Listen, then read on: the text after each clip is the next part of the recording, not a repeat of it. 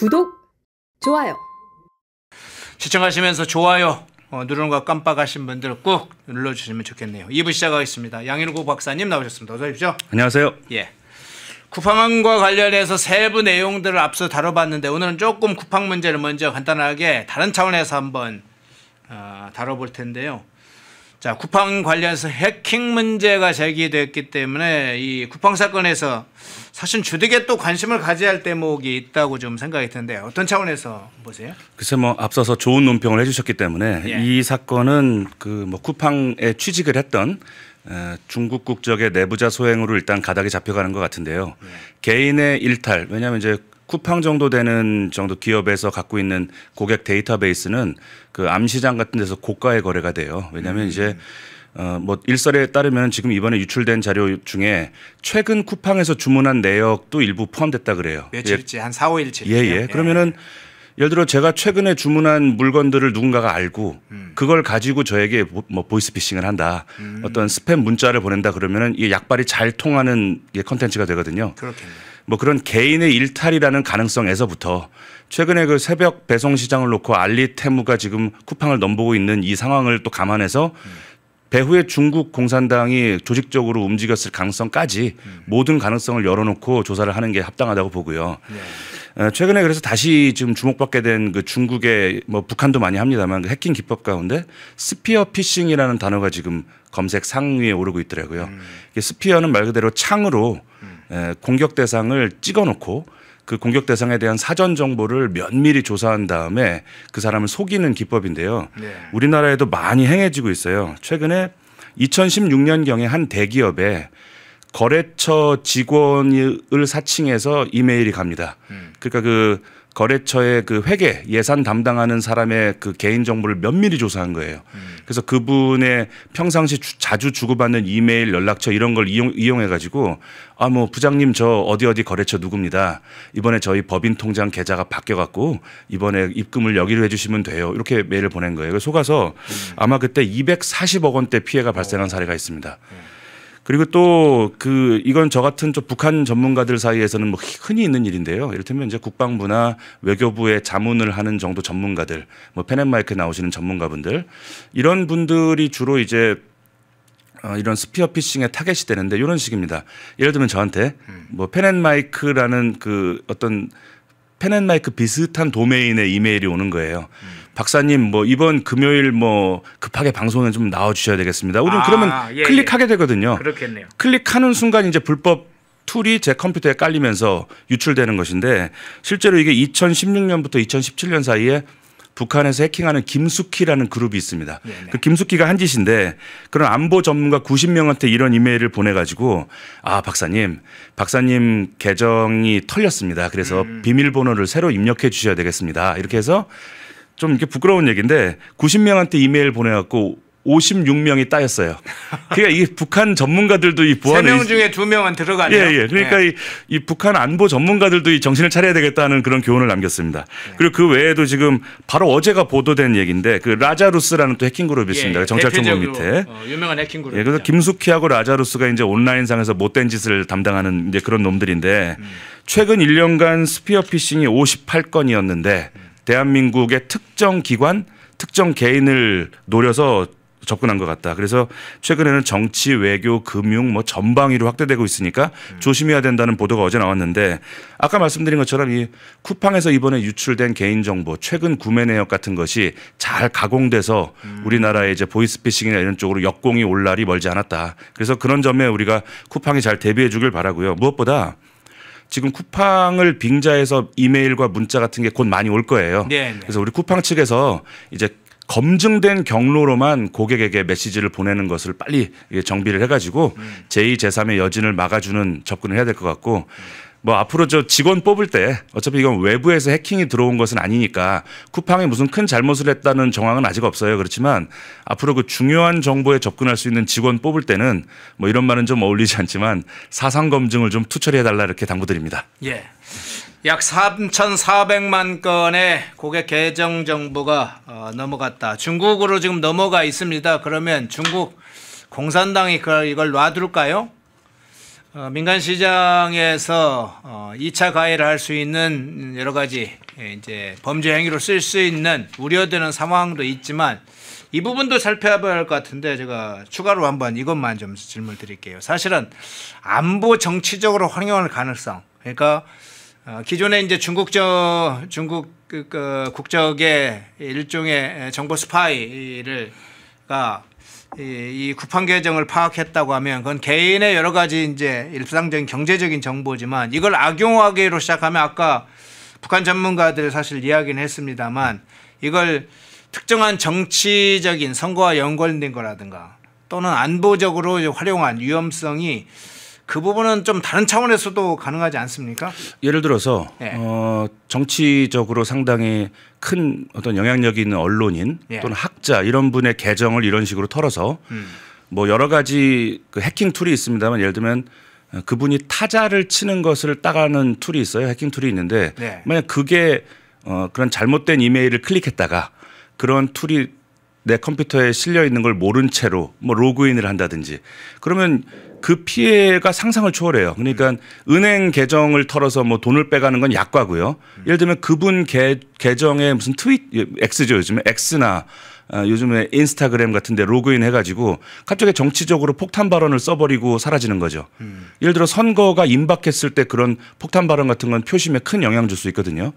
그리고 아마 이번 쿠팡 사태 이전에도 지금까지 우리나라 국민들 개인정보 털어간 걸로 이미 행해지고 있는 것이고 실제로 외국의 유수의 정보기관에서도 대한민국에 대한 다국적 기업 차원 다국적의 그 선거 개입에 주의해야 된다는 메시지 여러 번 나왔거든요. 네네. 그래서 뭐 지난주 방송에서도 잠깐 말씀드렸습니다마는 우리 국적 표기하는 거 빨리 이거 달성해야 되지 않나. 그렇죠. 앞으로 아주 전방위적으로 이 보이스피싱이 행해질 텐데 국민들이 좀 경각심을 가져야 되겠습니다. 예, 먼저 쿠팡에 불러온 해킹 사태 또 다른 차원에서 지금 문제가 유발될 수 있는 중국의 개입이라든가 이재명 권력 개입 문제나 쿠팡 내부의 문제만이 아니라 차후에 발생할 문제를 해킹을 중심으로 한번 좀 살펴봤고요. 자, 절규하는 홍콩으로 한번 가보겠습니다. 홍콩의 대규모 화재 사건이 발생하면서 지금 확인된 사망자가 146명에 이르고 있습니다. 실종자가 또 100여 명 이상이 된다니까 실종자가 만일 사망자로 다 확인이 되면 230-40명 또는 240-50명 이상이 될 가능성이 높아요. 지금은 수색 작업이 다 완료되지 않아서 실종자가 다 확인이 되지는 않았습니다. 그런데 이 홍콩 시민들이 이 안전관리 감독에 관해서 그 당국자들 홍콩 당국이 상당히 이걸 소홀히 했다 해서 시민들의 분노가 지금 커지고 있는 상황인데 홍콩 당국은 즉 홍콩 정부는 이제 언론에 계속 어떻게 이야기하고 있냐면 보수공사에 사용된 대나무 비계가 문제였다. 스티로폼이 좀 문제였다. 이렇게 화재 피해를 주로 업체에만 돌리고 있는데 실제로 많은 홍콩인들은 화재 직전에 여러 차례 이미 당국에 이런 위험성을 몇 사건들을 이미 경고를 했다고 합니다. 신고도 하고 조치를 해달라. 그게 이제 무시됐다고 그러죠. 부패한 홍콩 당국의 모습도 좀 보여지고 있고 이 안전관리라든가 여러 가지 당국에서 정부가 책임져야 될 문제는 오히려 일부 업체의 그냥 탓으로만 넘기고 있는데 지금 홍콩 화재 이후의 그런 상황 어떻게 보고 계세요? 일단 뭐 희생되신 분들의 명복과 또 유가족들에게 위로의 뜻을 전하면서요. 역설적으로 바로 이 홍콩의 이 화재 사태가 자유진영과 독재진영이 국가적인 재난을 해결하는 방법에서 극명한 차이를 보이는 겁니다. 만약에 홍콩이 지금 영국 시스템으로 자유를 누리던 그 시절에 만약 이런 사고가 발생했다 그러면요. 네. 당장 홍콩의 수많은 언론사 또 의회 또 유력 정치인들에게 엄청난 양의 제보가 벌써 갔을 거예요. 지금 저 업체에 무슨 문제가 있다. 또는 그 업체에 일했던 사람들이 내부 고발 이런 걸 합니다. 또 언론사들도 그런 것 특종 잡으려고 엄청난 보상을 하죠. 그 과정에서 이 사고의 배후가 낱낱이 드러나게 돼요. 그게 자유사회의 특징입니다. 그렇죠. 근데 지금 홍콩은 중국령이거든요, 지금. 아마도 그 정도 규모의 건설을 따냈을 때는 그 업체가 분명히 중국 정계하고 관계가 있는 업체가 아마 됐을 공산이 크고 또 중국의 유력 정치권이 뒷배라면 이 사건의 전후 과정이나 원인이 명명백백히 밝혀지기가 쉽지 않을 것이다. 그래서 뉴욕타임스가 바로 엊그제 사설에 이렇게 썼어요.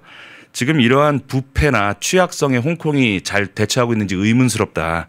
이거 혹시 재난에 대한 책임 회피의 결과로, 즉 국가 운영 전반의 미숙함과 부패의 결과로 이번 화재가 난 것이 아닌지 돌아봐라. 이게 정확히 전곡을 찌른 거거든요. 그래서 우리가 중국이 이러한 국가적 재난을 대하는 그 관례를 몇 개 살펴볼 필요가 있는데요. 조금 민감할 수 있는 이야기라는 것을 전제로 제가 한 몇 가지 사고를 얘기해 보려고 합니다.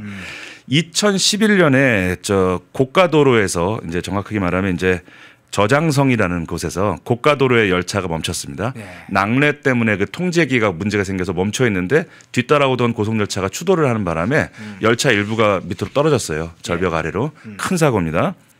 근데 이 열차 사고를 제대로 군안 조치를 다 하지 않은 상태에서 그 떨어진 열차를 파묻었다는 게 외부로 알려졌어요. 끔찍한 일입니다. 이게 문명사회에서 이런 일이 있을 수가 없죠. 그런데 어떻게 되는가? 되게 그 중국의 철도청에 해당하는 그 공공기관은 다 공산당의 직할 기관이기 때문에 그 수장들이 솜방망이 처벌을 받고 공식적으로 실종자가 0명입니다.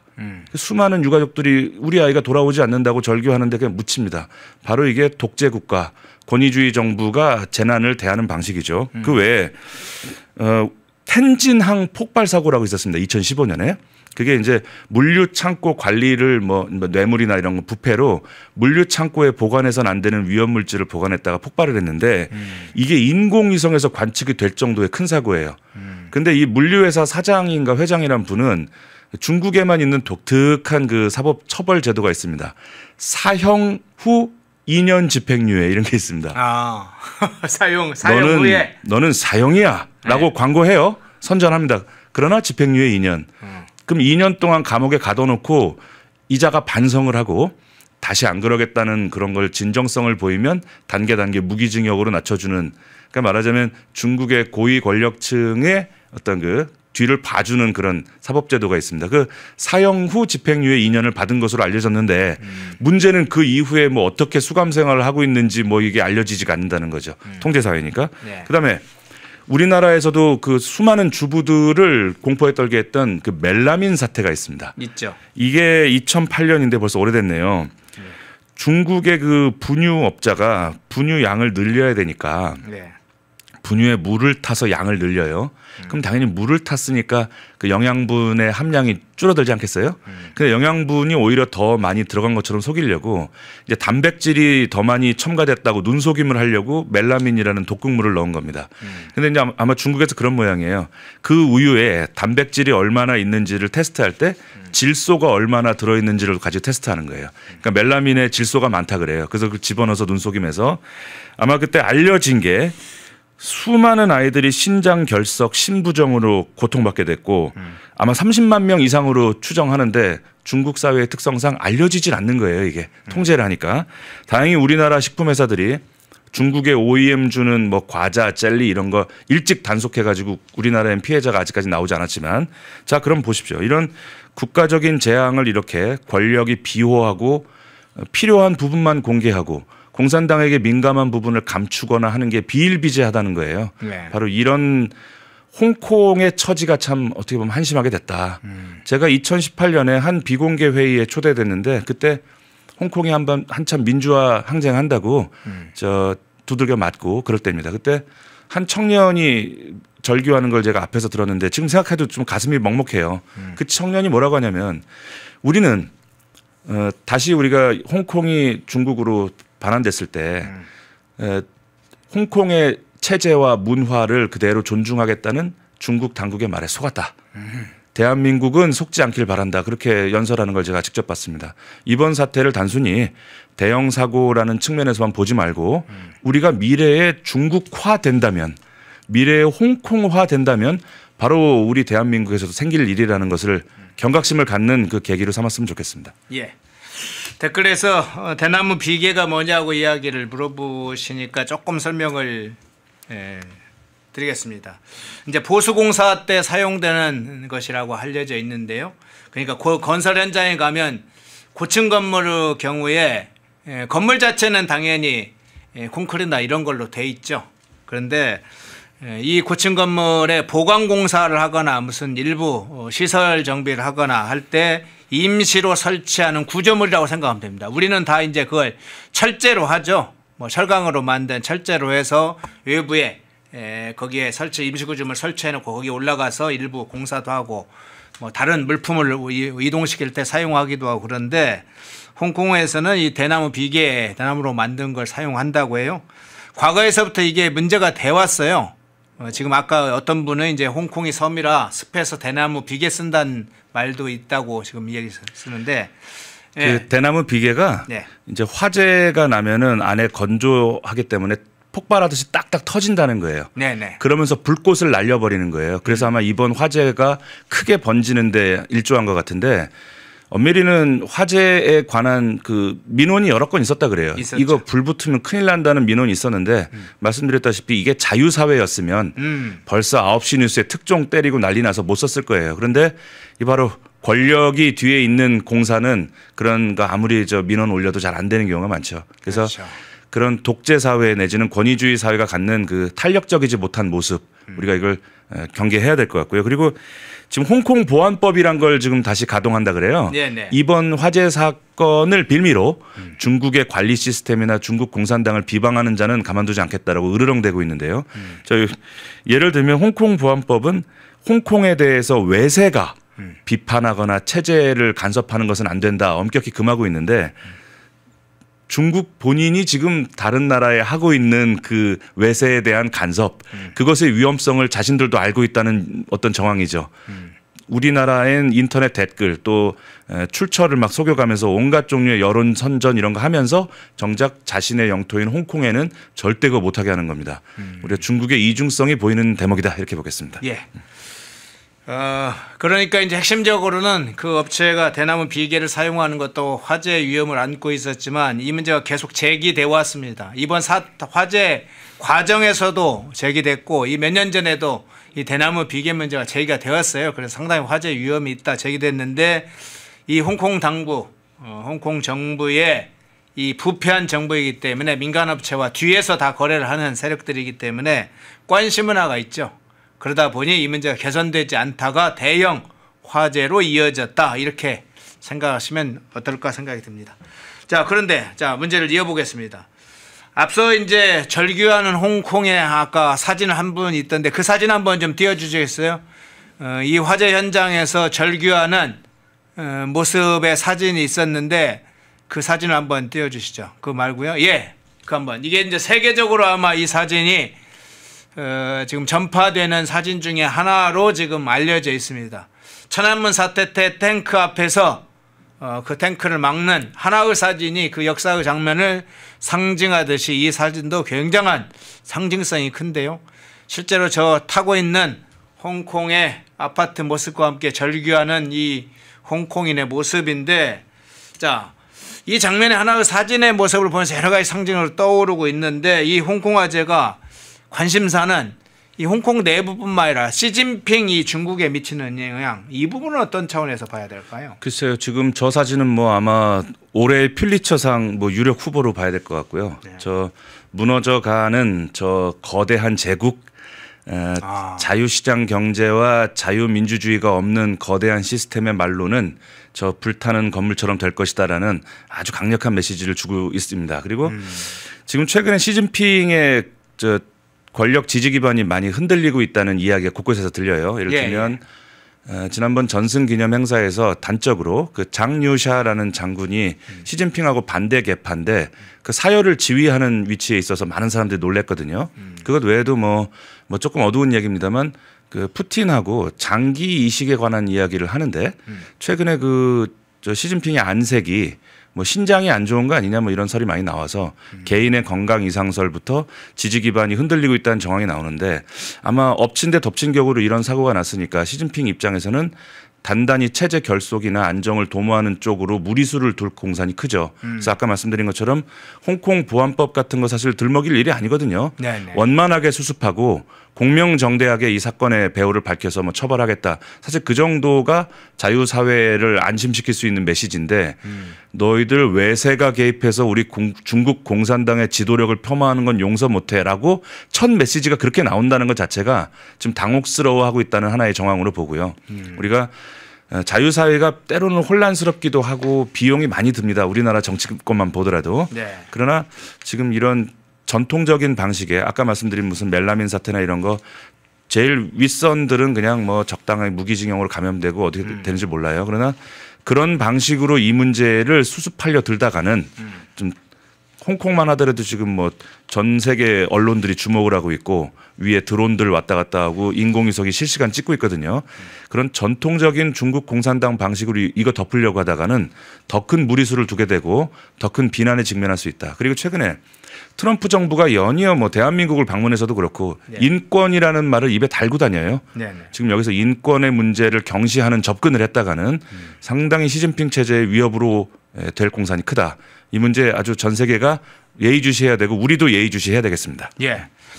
앞서 이제 지금 홍콩 보안법을 좀 설명을 하셨는데 홍콩시 장면 과거에 한번 좀 볼까요? 2019년 그 장면 있습니까? 예. 프리 홍콩으로 되어 있는 데모크라시 나우. 지금 제 홍콩 2019년을 정점으로 해서 홍콩의 시민들이 수백만 명이 나와서 자유와 민주주의를 외쳤던 그 장면이 있죠.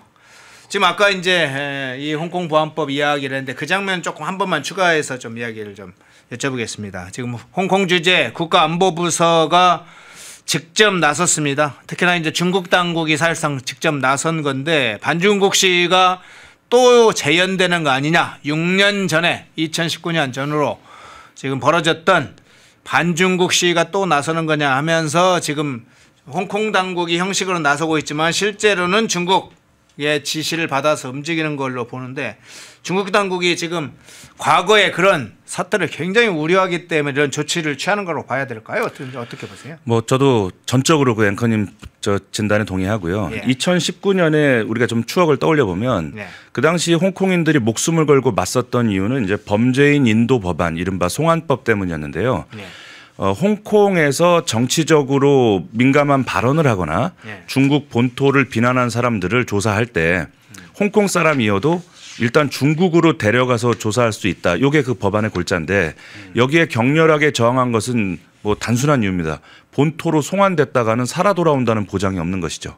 그래서 많은 분들이 저항했는데 뭐 그 저 몽둥이로 때리고 뭐 진압을 해서 결과적으로는 시민들이 이제 무릎을 꿇는 모양새가 됐지만 아마 이번 화재 사건을 계기로 해가지고 피해자에 대한 보상이라든가 재발 방지 대책 이런 것들이 민주적인 절차에 따라 투명하게 나오지 않으면 또 한 번 아마 우산 시위 같은 게 있을 것 같은데 네. 2019년하고 지금은 분위기가 많이 다르다고 저는 봐요. 지금 트럼프의 대중 공세가 격화되고 있고 지금 관세부터 시작해서 전방위적으로 미국이 중국을 압박하고 있는 시기인데 홍콩의 우산 시위, 우산 혁명 같은 게 한 번 또 생긴다. 그럼 배후에 분명히 미국이 돈을 댈 거고 미국이 지원을 할 겁니다. 그는 뭐 우리가 미국이라도 그렇게 할 겁니다. 그렇게 되면 그 시위의 규모나 강도가 훨씬 더 커질 수 있고 아마 이런 생각을 해봤습니다. 제가 트럼프 행정부라면 예. 가뜩이나 대만 가지고 자꾸 중국이 시비를 걸어오는데 이참에 홍콩 정도를 절반 정도 자유화시키는 조치를 취해버리면 중국의 힘이나 그 시각을 양쪽으로 분산시키면 대만은 안전해질 수 있죠.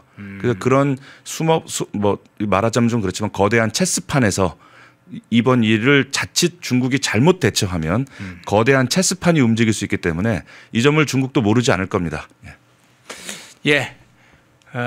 이번 홍콩 사태에 대해서 이 화재 사건 자체도 아주 너무 충격적이고 큰 일이고 희생자도 사망자도 너무 많습니다만 이 중국 사실상 일국 양제가 깨지어서 중국을 흡수된 홍콩에서 오는 참사 이게 홍콩의 미래이자 중국의 미래의 모습이었다. 그 사진을 통해서 모습이었다. 이렇게 또 양국 박사님께서 예. 상징적으로 또 그 아까 불붙은 빌딩 보면서 느껴지는 장면이 정치권에게 민감한 사건은 적당히 덮고 네. 뭐 그렇지 않은 사건은 막 일벌백계식으로 막 크게 선전하고 이런 모양새로 대한민국도 점점 그런 모양으로 되어가고 있지 않은가. 지금 무안공항 그 조사 어떻게 돼가고 있나요?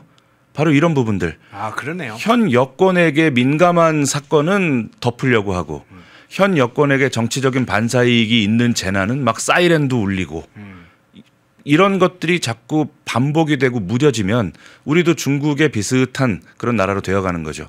여러 가지 면에서 우리에게 경종을 울리는 사건이 아닐 수 없습니다. 예, 시사해 주는 바가 크다. 자, 주제를 또 중국 문제가 이어집니다만 다뤄야 되겠습니다. 중요하게 지금 인도 태평양 지역에 아시아 쪽에 판을 흔들고 있는 문제들이 있죠. 그게 바로 일본과 중국과의 지금 갈등의 문제인데 뭐 갈등의 본질적인 문제에 관련해서도 중간에 이야기 과정에서 좀 나오겠지만 자, 그 장면들 한번 좀 보겠습니다. 자, 일본 인기 가수가 중국 공연 도중에 퇴장하는 일이 발생을 했죠. 혹시 영상이 있습니까? 아니면 이미지입니까? 이미지인가요? 그냥 이미지 한번 그럼 띄워주시죠. 예, 오스카. 예.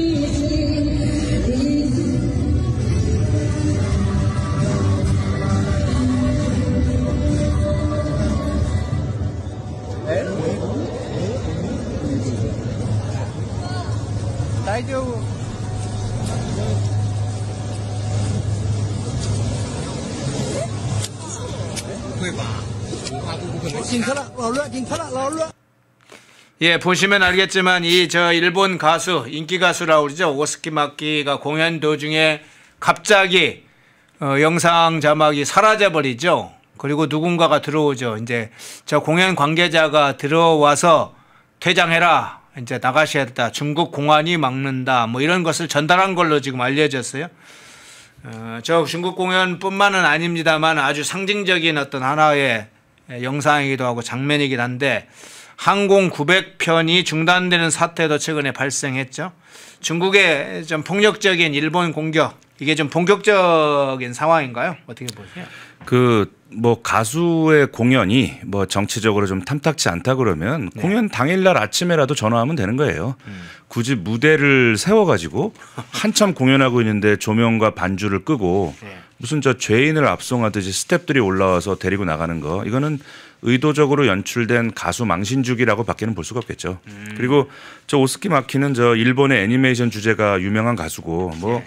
저게 원피스라는 유명한 만화 주제가 있는데 뭐 원피스 만화 주제가가 뭐 그렇게 정치적인 메시지를 담고 있는 것 같지도 않은데 뭐 늘상 중국이 주변 국가들을 압박할 때 우리는 대국이야 뭐 이런 논리를 펼치는데 정말 대국이 저렇게 치졸한 짓을 했어야 되겠는가.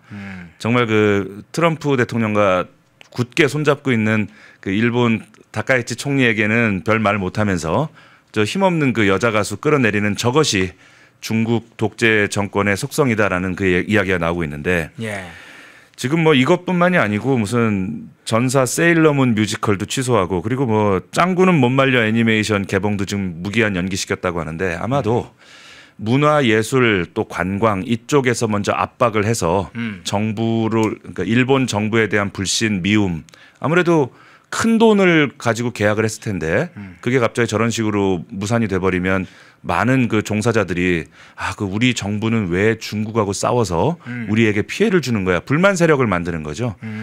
그래서 바로 이런 방식이 벌써 일본 정부와 일본 산업계를 이간질하는 그런 의도를 가진 정치적 공세라고 봐야 될 겁니다. 예. 그러면 지금 사드에서 우리는 사드 사태를 경험한 적 있잖아요. 그것과 비교해서 지금 한번 여쭤볼게요. 당시에 이 사드 사태가 발생했을 때 중국이 우리 기업들 특히 롯데나 이런 기업들을 집중적으로 먼저 공격을 했습니다. 뭐 사드 배치 장소가 롯데와 관련된 땅에 있다 이런 것이 또 하나의 근거가 되게 됐는데 중국 현재 있는 롯데는 그래서 사실상 매장을 철수하는 일까지 벌어졌는데 이후에는 폭을 확대해서 여러 형태의 관광 관련된 중국인들 입국이나 한국인 입국을 상호 입국을 아예 차단해버리고 당시에 이제 뭐 교역, 무역, 통상의 절차도 상당히 엄해지면서 사드 사태 때 복잡해졌는데 자, 일본도 지금 그런 추세로 점점 가는 건가요? 그러면 이제 지금 앞서 이제 조금 중국이 그게 결국은 중국 그런 압력이 왜 다카이치 총리가 무리한 발언을 해서 뭐 이런 여러 상황을 만드냐 이런 식의 중국의 노림수를 일부 이야기를 해주는데 반일 정서, 반일 여론을 중국이 노린 건가요? 중국의 노림수 어떤 차원에서 해석을 해야 될까요? 그 말씀하신 게 정확하다고 봅니다. 그러니까 네. 문화, 관광, 나중에 이제 뭐 교통 이런 식으로 점점 영역을 확대해서 네. 뭔가 일본인들 입장에서 일본 정부 지금 미국과 함께 굳게 손잡고 반중 전선에 가 있는 그것에 불만을 느끼고 염증을 느끼는 국민을 하나씩 만드는 거죠. 아마 짐작입니다. 지금쯤 아마 일본 인터넷상에 그 다카이치 때문에 우리 문화예술계, 우리 일본 문화예술계 다 죽게 생겼다 뭐 이런 댓글 공작 많이 하고 있을 거예요. 네. 근데 이제 일본이란 나라는 일희일비하는 나라가 아니기 때문에 아마 이런 정도의 압박 때문에 뭐 총리가 갑자기 스탠스를 바꾸거나 기존의 발언을 철회할 그런 뭐 택도 없다 저는 그렇게 보고요. 다만 대한민국의 경험을 이제 좀 떠올려 보면 우리도 비슷한 걸 당했죠. 지금 조금 많은 분들이 기억에서 좀 가물가물하실 것 같은데 자 사드라는 미사일은요. 네. 중국이 그렇게 시비를 걸 문제가 아니었습니다. 왜냐하면 사드라는 미사일은 그 안에 장약이 없기 때문에 누구를 공격하는 무기가 아니에요. 어떤 나라가 우리를 향해 미사일을 쏘면 그 사드를 쏴서 미사일을 때리는 쇠몽둥이 같은 거고 사드가 이 스튜디오에 떨어져도 직접적으로 우리가 타격을 받지 않으면 아무도 안 다칩니다. 그런데 그 사드를 배치하는 것이 중국, 러시아, 북한 입장에서 볼 때는 대한민국이 한 걸음 더 미국의 그 전체 보안 안보 시스템에 더 가까이 다가간다는 시그널로 이해한 거예요.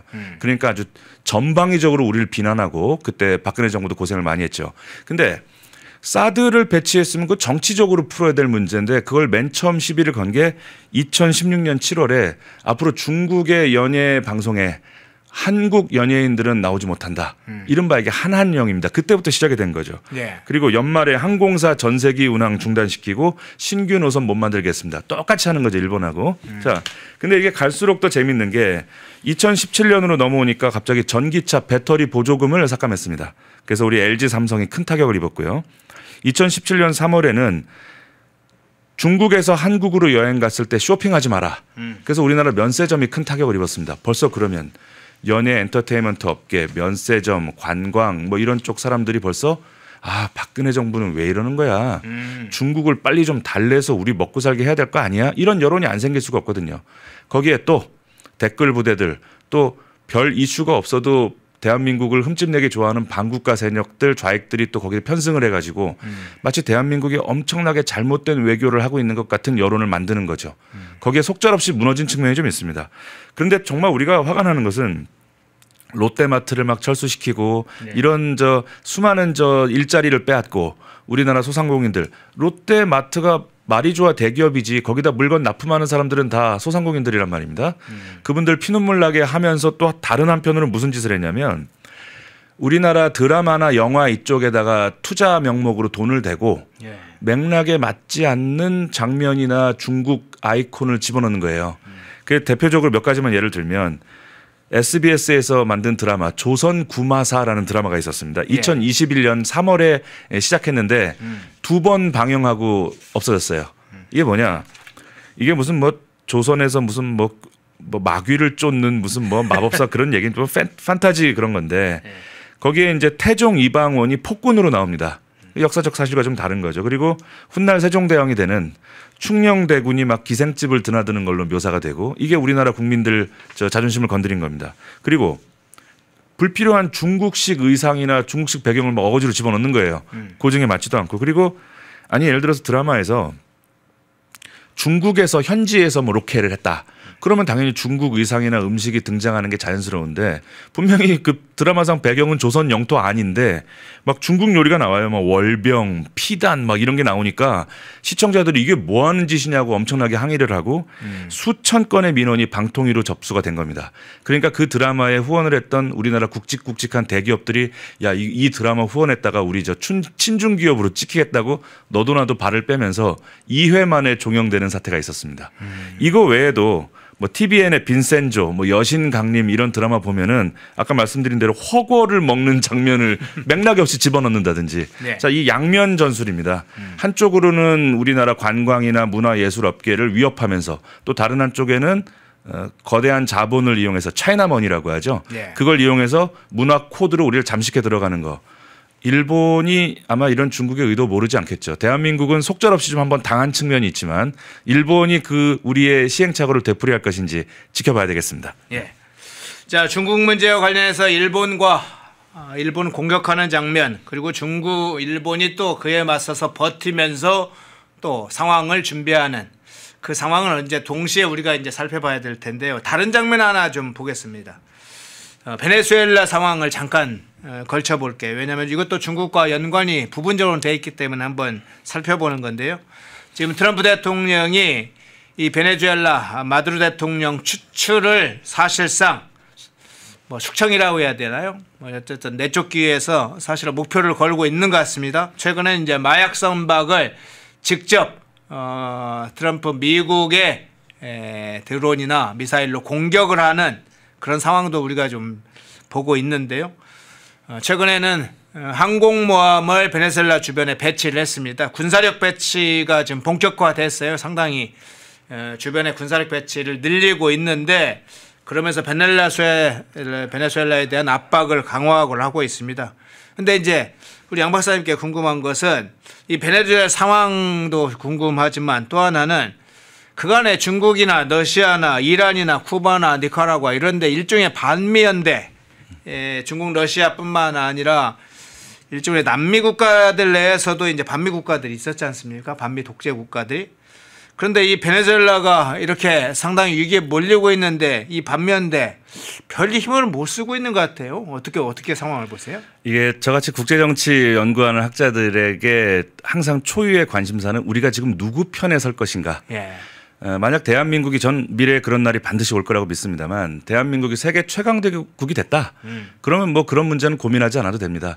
누구를 우리 편으로 받아줄까를 고민하면 되죠. 그때는. 네. 근데 지금 대한민국은 이제 결국은 미국과 EU를 중심으로 한 자유진영에 줄을 설 것인가 아니면 중국을 대장으로 하고 있는 이제 반미 진영에 줄을 서야 될 것인가 정답은 정해져 있는 것이죠. 우리의 이념과 가치, 우리의 안보를 지키기 위해서 우리는 당연히 한미동맹을 근간으로 계속 가야 되는데 현 정부가 트럼프 대통령 앞에서는 입바른 소리를 하는데 정작 행동은 자꾸 친중적이거나 미국과 사이가 안 좋은 나라하고 더 친하게 지내려고 하는 그런 스탠스가 있단 말이에요.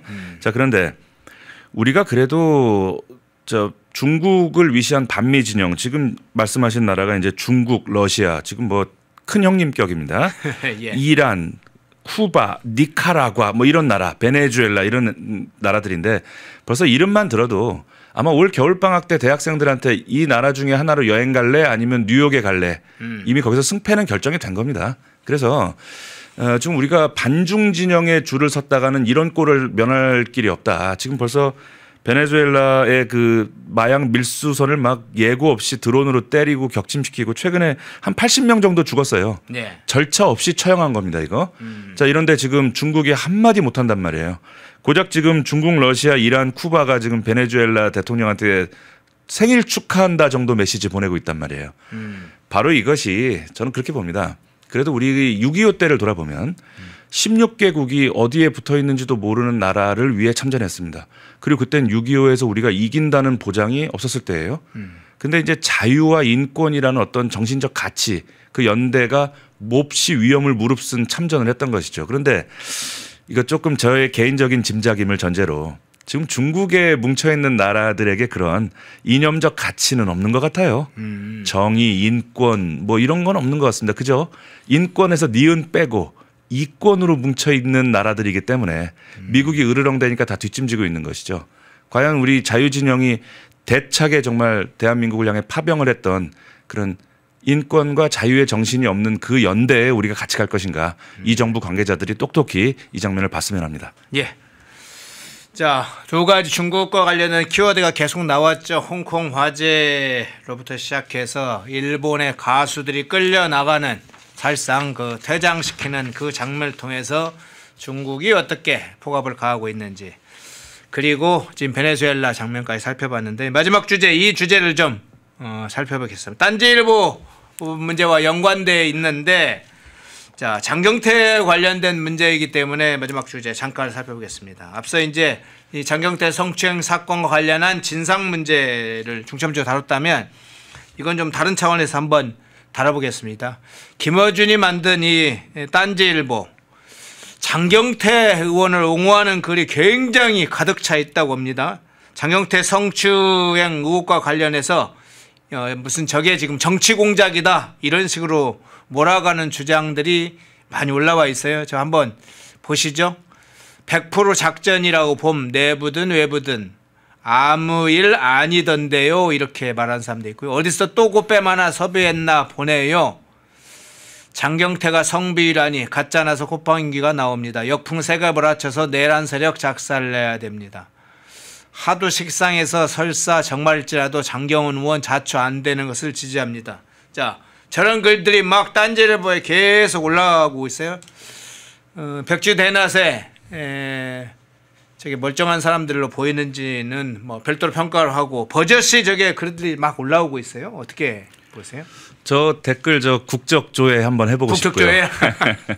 네. 딴지일보가 아마 2000년 초에 이제 생긴 그 당시 웹진이었는데 네. 제가 그때 이제 막 군대 제대하고 대학교 복학할 무렵이어서 기억이 생생합니다. 맨 처음에 딴지일보가 나왔을 때는 그 젊은 친구들에게 정치적인 이념보다는 참 재치 있는 농담, 유쾌한 개그 코드 이런 걸로 참 인기를 끌었거든요. 근데 지금 저런 댓글이 달리고 모르겠습니다. 딴지일보의 그 본편 유튜브 방송에서도 저런 방향으로 혹시 방송을 하게 될지 모르겠지만 만약 그렇게 된다면은 이미 그 처음에 그 유쾌하고 발랄했던 그 딴지일보의 정신은 이제 끝난 것이 아니냐. 그리고 제가 지금 이거 몹시 말씀드리기 좀 민감한 사안이지만 우리나라 여성 단체들이 저런 성비위 의혹마저도 정파적으로 접근한단 말이에요. 네. 근데 이제 이 정부 들어와서 정파적인 게 너무 많다 보니까 어떻게 보면 여성 단체가 정파적으로 하는 건 별것 아닌 것처럼 보이는 거죠. 그래서 예를 들면 이런 거예요. 자신의 진영 안에 있는 여성이 피해자다. 그러면 아주 뭐 어떻게 보면 경미한 실수라고 해도 상대방을 악마로 만들고 거의 뭐 자살 직전까지 몰고 갑니다. 그러나 이제 자신의 진영이 가해자일 경우에는 피해자를 막 의심하고 꽃뱀이다. 지난번에 그 박원순 시장 문제에 있어서도 피해자에 대한 2차 가해가 쟁점이 됐었어요. 그래서 그런 것들을 일부 정치 색깔을 띤 여성단체가 앞장서고 있다는 게 좀 참담한 겁니다. 그 이야기는 어떤 정파적인 이해관계에 따라서 성범죄에 대한 스탠스를 이렇게 180도 바꿔버린다는 이야기는 결과적으로 여성들 스스로가 여성의 인권, 여성의 그 성인지 감수성을 별것 아닌 것이라고 인정하는 결과가 돼버리는 거예요. 예를 들어서 우리 편이냐 상대편이냐에 따라 같은 여성이라도 존중할 필요가 있고 또는 존중할 필요가 없다는 논리라면 애초에 여성 인권이라는 것을 그들 스스로가 바닥에 던지고 있는 거죠. 제발 이 부분만큼은 좀 우리나라 여성단체들이 정파적 이해관계를 좀 넘어가지고 일관된 목소리를 내는 문화를 만들어야지. 이거 저도 딸을 키우는 아버지로서 이거를 보여줄 수가 없는 거예요, 딸한테. 만약에 우리의 아이들이 아빠 저 여성단체는 왜 똑같은 성비위 의혹인데 당에 따라 저렇게 행동이 달라라고 물으면 어른들이 뭐라고 답해 줄 수 있겠냐는 겁니다. 그리고 또 이것은 또 정파적인 이해관계를 넘어서 또 제가 한 가지 드리고 싶은 말씀은 이 사회에는 필연적으로 많은 범죄와 일탈이 있죠. 네. 그건 뭐 어쩔 수 없습니다. 그건. 자, 그러면 유독 우리가 성범죄를 막 뭐 조금만 의혹이 올라오면 막 극단적 선택을 하는 일이 많단 말이에요. 여의도 정치권에도. 성범죄도 다른 범죄처럼 피해자에게 사과를 하고 회복을 위해서 노력을 하고 죄값을 치렀다면은 그래 너 앞으로 그러지 마 이 녀석아 이렇게 하고 넘어가는 문화를 만들어야지. 자꾸 이렇게 조그만 의혹이라도 하나 생기면은 아주 사람을 자살할 단계까지 몰고 가는 이 문화도 조금 바뀌어야 되지 않는가. 죄값을 치르고 사죄를 위해 노력한다면 또 그건 그것대로 평가해 줄 수도 있는 것인데 지금 어제 그 뭐 장경태 의원도 막 뭐 화가 나가지고 기자회견을 막 하던데 네. 바로 이런 것들도 우리가 성범죄라는 유독 더 악질적인 범죄가 이 세상에 얼마든지 많은데 유독 성범죄라는 것에 대해서 우리가 문화적으로 법적인 처벌을 넘는 2차, 3차 문화적인 가해가 일상화되다 보니까 벌써 그런 게 아닌가. 막 기자회견을 하는데 막 원고를 든 손을 막 떠는 거예요. 뭐 화가 나서 그럴 수도 있겠지만 결과적으로는 그 성범죄 도마에 오른다는 게 얼마나 이 사회에서 무서운 것이냐를 그 단적으로 보여주는 장면인데 딴지일보도 뭐 언론이나 뭐 이런 걸 표방하고 있다면은 이미 고소 고발이 이루어졌고 또 장경태 의원 쪽은 무고로 뭐 맞고소하겠다고 하니까 경찰 조사가 끝날 때까지는 어느 정도 중립적인 스탠스를 취하는 게 맞지 않는가. 우리 보수 진영도요. 확실한 물증이나 이게 나올 때까지는 좀 평가를 유보하는 게 옳지 않나. 아니 우리 편에 대해서는 지금 윤석열 대통령에 대해서 우리 보수 우파 진영이 늘 얘기하는 게 재판 결과가 나올 때까지는 무죄 추정의 원칙이다. 우리 이렇게 주장해 왔거든요. 이번 장경태 의원 이 스캔들의 경우도 정확한 결과가 나올 때까지 차분한 스탠스를 유지하는 게 옳지 않나 그렇게 봅니다. 예, 마지막 질문 하나 드릴게요. 아까 화면에 띄운 그 장면 다시 한번 보겠습니다. 댓글. 예, 정청래가 뭐 이제 강연을 공개적으로 초선 의원들한테 강연을 할 때도 이야기를 했는데 딴지일보에 올라오는 글을 민심의 척도다. 그러니까 딴지일보를 보고 사실은 정치하면 된다. 뭐 그런 얘기했어요. 근데 아까 이 사건 정경태 성추행 사건 관련해서 꽃뱀 하나 섭외했나 이런 글도 올라오고 100% 작전이라고 하는 올려두고 정경태 성비위라니 가짜나서 콧방귀 나온다. 저걸 민심의 척도라고 본다면 이 정청래는 그래 딴지일보에서 이렇게 명징하게 이 성추행 사건에서 정리를 해줬구나. 이건 꽃뱀 사건이야. 이렇게 민심의 척도가 그렇게 가는 건가요? 정청래식 해석이면? 아마 지금 민주당 내지 좌익들이 말하는 민심이란 이야기는 그 단어는 일반적인 보편 정서를 말하는 게 아니고 자신들의 지지층의 감정 이걸 의미하는 것 같아요. 일례로 예를 들어 2030 세대가 지금 상당히 자유우파적 성향을 보이는 거에 대해서 그래 이것도 민심이다 이렇게 받아들였냐고 묻고 싶은 거예요. 마치 뭐 어떤 팟캐스트 보니까 뭐 영포티가 출연하는 어떤 팟캐스트를 보니까 2030 세대를 어떤 사회적인 병폐식으로 막 이야기하더라고요. 그다음에 또 어떤 지금도 가끔 유튜브나 TV에 나오는 어떤 지금 여권 정치인은 60이 넘으면 뭐 뇌가 이상해지니까 뭐 정치를 그만둬야 된다. 본인들을 지지하지 않는 계층이나 세대에 대해서는 이렇게 맹공을 퍼부으면서 본인들의 귀에 달콤한 얘기하는 사람은 막 민심은 천심이야 이러면서 떠받드는 이중적인 행태를 좀 보여준다고 보고요. 역설적으로 또 국민의힘에게도 한마디 하고 싶은 것이 저렇게 당비 내고 여권을 지지하는 사람들을 끝까지 챙기는 겁니다. 저게 어찌 보면. 뭐 2030이 우리를 비난해도 우리는 4050 우리에게 표를 주는 영포티 세대 우리는 챙긴다. 또 뭐 일부 성비 의혹이 있어도 우리는 같은 편 같이 간다. 바로 이런 것이 지금 현 여권이 하는 것처럼 선을 넘고 지나쳤을 때는 잘못된 거지만 아마 이런 비슷한 일이 야권에서 생겼다고 한번 제가 가정해 보죠. 아마 손절하고 거리 두는 게 바쁘지 않겠어요? 그렇겠죠. 그래서 아까 말씀드린 것처럼 명명백백히 범죄 사실이 소명이 되고 사법당국의 판단이 있을 때까지 좀 차분하게 있다가 또 결과가 나오면 앞으로 많이 반성하고 뭐 설령 유죄로 판명이 됐다 그래도 아마 민주당은 그럴 겁니다. 유죄로 판명이 되면 한쪽은 사법부를 막 비난할 거예요. 또 한쪽은 그거 뭐 반성하고 처벌받았으면 된 거지 뭘 자꾸 욕해 이러면서 아주 전방위적으로 감싸고 우리 편 챙길 거란 말입니다. 국민의힘이 이렇게 하길 바란다는 뜻이 아니고 이 정도는 아니더라도 같은 편 좀 챙길 줄 알아야 된다. 그리고 마지막으로 어제 방송 준비한다고 신문을 보다가 국제 한켠에 재밌는 기사가 하나 있었습니다. 지금 호주 총리가 이제 60이 넘으셨는데 또 새 신부를 맞았어요. 그래서 10살 연하의 새 신부를 맞아서 결혼을 했는데 아마 그 총리 임기 중에 결혼하는 건 아마 최초라 그래요. 그러니까 딱 친한 지인들 60명만 초대해서 그 비공개된 곳에서 스몰 웨딩을 했습니다. 그리고 호주가 지금 경기가 안 좋으니까 우리가 아마 새 신부는 해외로 여행 가고 싶었을 거예요. 그런데 아마 총리가 그렇게 얘기한 것 같습니다.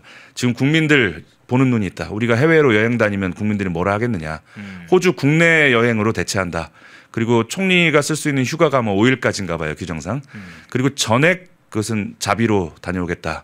소소한 기사고 어찌 보면 선진국에선 너무나 당연한 기사가 오늘날 우리 대한민국에게 새롭게 와닿는 것은 상임위원장이 자신의 딸 결혼시키면서 엄청난 화환과 뭐 어디까지가 진실인지 모르겠습니다. 본인은 뭐 텔레그램에 나온 금액이 축의금 받은 게 아니라 돌려준 거라고 하니 뭐 제가 뭐가 진실인지 모르겠습니다만 상임위원장이 딸 결혼식을 국회에서 하면서 축의금을 걷는 나라.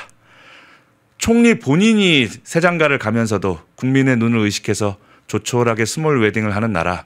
우리가 가야 될 나라가 어느 방향인 건지는 아마 국민들이 판단하시지 않겠나. 이 말씀을 마지막으로 꼭 드리고 싶습니다. 네.